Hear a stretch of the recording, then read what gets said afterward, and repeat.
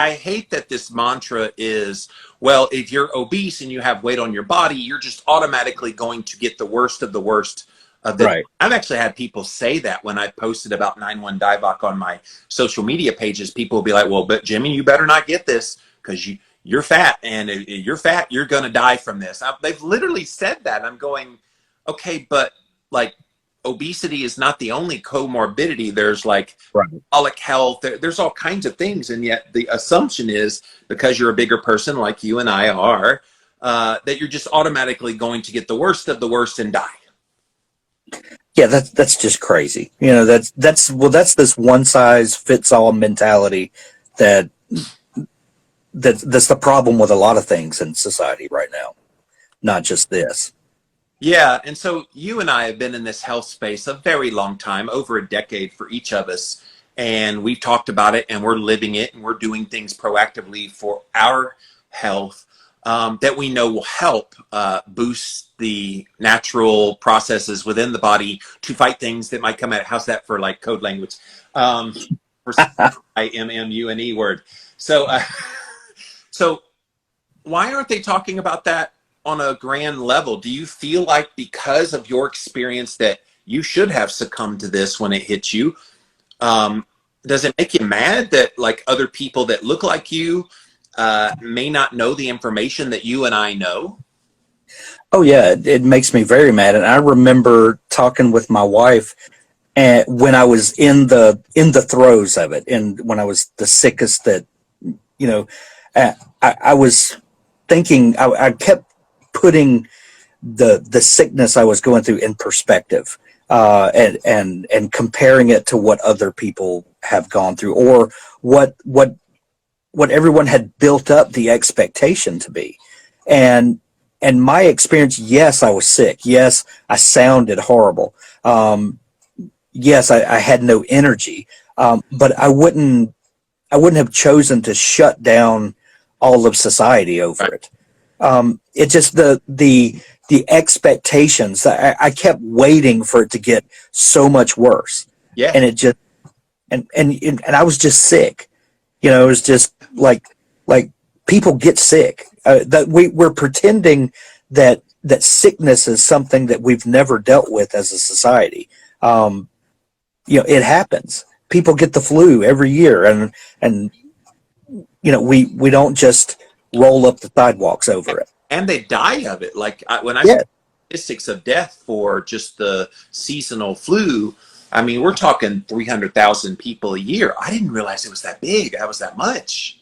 Yeah. Well, I've talked with some friends that work in healthcare, and they said that a few years back, I don't remember how many, 4 or 5, that we had a really bad run of flu and pneumonia, and that people were dying left and right, and that the hospital was literally overrun with people, and it just never made the news. And that was a legitimate, crisis. Yeah. And it just didn't warrant public outrage. So I'm not exactly, I mean, there's lots of theories on why the outrage now, and people have been legitimately sick, and we know of people that have died of it. So not making light of it at all, but I do tend to make light of the response. Yes, and let me give one caveat here, because I know a few friends of mine that watch my show and listen to me. They want me to talk about long 9-1 DIVOC, because there are people who get this and then they have these extended symptoms. I know one friend of mine, physically fit, very active, healthy as all get out, keto person, and she got long version of 9-1 DIVOC. And when I start talking about it, she's like, you've got to tell people it's not guaranteed that you're going to survive without any consequences. So you had kind of a short-term bout with it for a couple of weeks there. You were really kind of having to battle it. For her, it's been like 8 months. She's just now coming out the other side of it. Is that all that to say that the vast majority of people that get into contact with this 9-1 DIVOC, they're perfectly fine. And it could be that I may have already encountered it, Hank, but I am secluded, like you said. I don't like go many places to the store, but I've been to conferences and I've been around people and hugged and high-fived and all the things. And I'm not scared of it because I trust that my own internal mechanisms for dealing with this are doing well. And maybe it doesn't show up as an antibodies thing, but maybe it shows up in, if I was able to test it, my T cell response and some other mechanisms, plus all the prophylactic vitamin D, K2 that I'm taking. I just feel like we're being pushed to one way to deal with this, and that one way is not actually dealing with it. Right. Well, the thing that amazed me during this whole thing is that I probably picked it up at the grocery store or something. I don't know. But through the worst of the shutdowns and things last year, grocery stores, Walmart, and building supply stores never closed. Okay. And we never had an outbreak at Home Depot or Lowe's. Oh. There never was that. Look what's happening now. We live in SEC country. There are stadiums full of people. Ain't none of those people. They're saying some choice words for our president, but other than that, they're not getting this really bad Black Plague thing that's out there. They're out there living their lives, and it's almost like we live in like two different countries of kind of the southern states. And I'm not just saying southern; it's just very prevalent down here in the South, where we're kind of living more free. And then you take California or New York or Illinois, and it's like draconian shutdowns and have to show your papers and all this stuff. It's getting scary out there in some parts of the country, and other parts are like, dude, no, this is no big deal. Yeah. Well, speaking of the SEC, the high priest of health, Dr. What's his name? Yeah, said, a few months ago, the football season, ought to be canceled.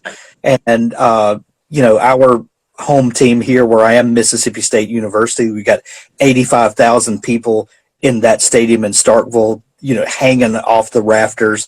Next door to us in Alabama, they've got 100,000 people packed in, Bryant-Denny Stadium, and our numbers are going down. And people are literally packed in these stadiums like sardines. And, so there's conventional wisdom for you. And another, speaking of conventional wisdom, the thing that we used to tout, especially in the low carb world, a decade ago or a decade and a half ago, was always questioning the conventional wisdom. Always. Ansel Keys and all of his, ilk, gave us this horrible information that becomes conventional wisdom. And this community, was famous for going against that. Oh. And better than anyone, over the last year, we've seen the camps break out. Yes. So long before 9-1 DIVOC came along, yes, I was challenging, along with many others, the whole theory that saturated fat will raise your cholesterol and cholesterol is the enemy of your health. So when I wrote this book, I actually had a Wikipedia page at one time. You try to look me up on Wikipedia now, I'm gone. But I had a Wikipedia page, and there was somebody that was like the cholesterol deniers. If you're denying that cholesterol is an enemy in your health, you were actually canceled. So this was 8 years ago. This is not new. So you're right. We are the original. We're the OGs of challenging that convention. So like when I started speaking out about this, people stick to keto. I'm like, you do realize this is along the same lines of the things I've been battling my whole career. Yeah, it makes no sense to me that people can compartmentalize in their brain saturated fat over here and viruses over here, and that the two don't, like, they can't see the logic and in how they're separating this, and it blows my mind the way that we have just allowed ourselves to to go against logic. It blows my mind. I can't understand it. Well, and especially now that you've gotten 9-1 DIVOC, I'm glad that you survived it and you've overcome it. Now you've got this little bonus thing, and you actually got the test results. I helped you pay for the test. I wanted to see. I was just very curious of what like your antibody levels are now. So you want to share some of that? Super high, 1,283. Woo! And 0.8 is they can the way I understand it, that if you a reading of 0.8 and higher means antibodies are present. Yeah. And mine are way higher than that. So it just have this, and so that will obviously not be that robust. Sure. But I know people like Mike Muscle, Metabolic Mike.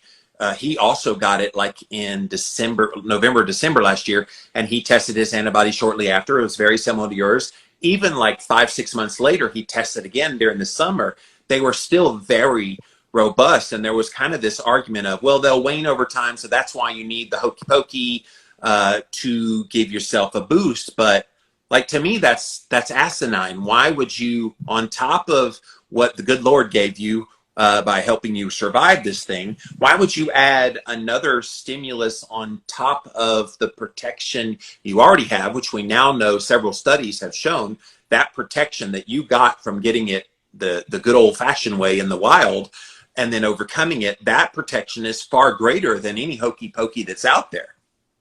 Well, yeah, and with any other sickness that we've ever dealt with in life, we follow that logic, and for whatever reason, we're just choosing to not let logic factor in anymore. I really don't understand, because we're treating this like it, and I know this was a novel virus and all of that, but we're acting like we've never seen sickness before. Yeah, and look, the arguments of, well, Hank, it's not for you that you do this. It's for other people. And so you need to get the hokey pokey to protect other people. And I keep asking myself, like, logic, people, put on your logic hat. If you get the shot, it's supposed to be able to protect you from this. Yes, you can still get it, but it protects you from hospitalization and all the rest. Okay, if that's true, how does someone who chooses not to get it putting you at risk? Because even if they spread it to you, so can another person that's already got the hokey pokey. Right. It's not going to make the hokey pokey any less viable in you because you got it from someone that didn't get the hokey. I don't understand their logic. It makes no sense. No sense at all. And we have people in our family and extended family that have chosen to get the hokey pokey, and I'm all for making an informed decision. Yes. And it being your decision. I support you making a decision 100%.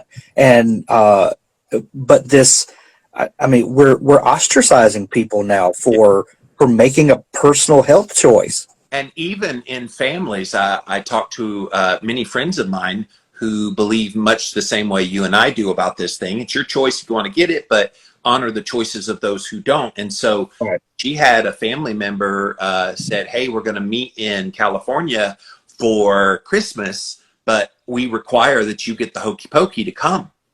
And it's like, no. She offered, okay, I will get a negative test in the days before I come, and I will wear a mask the whole time. And they've said, no, you got to get the shot. And I'm like, my God, this is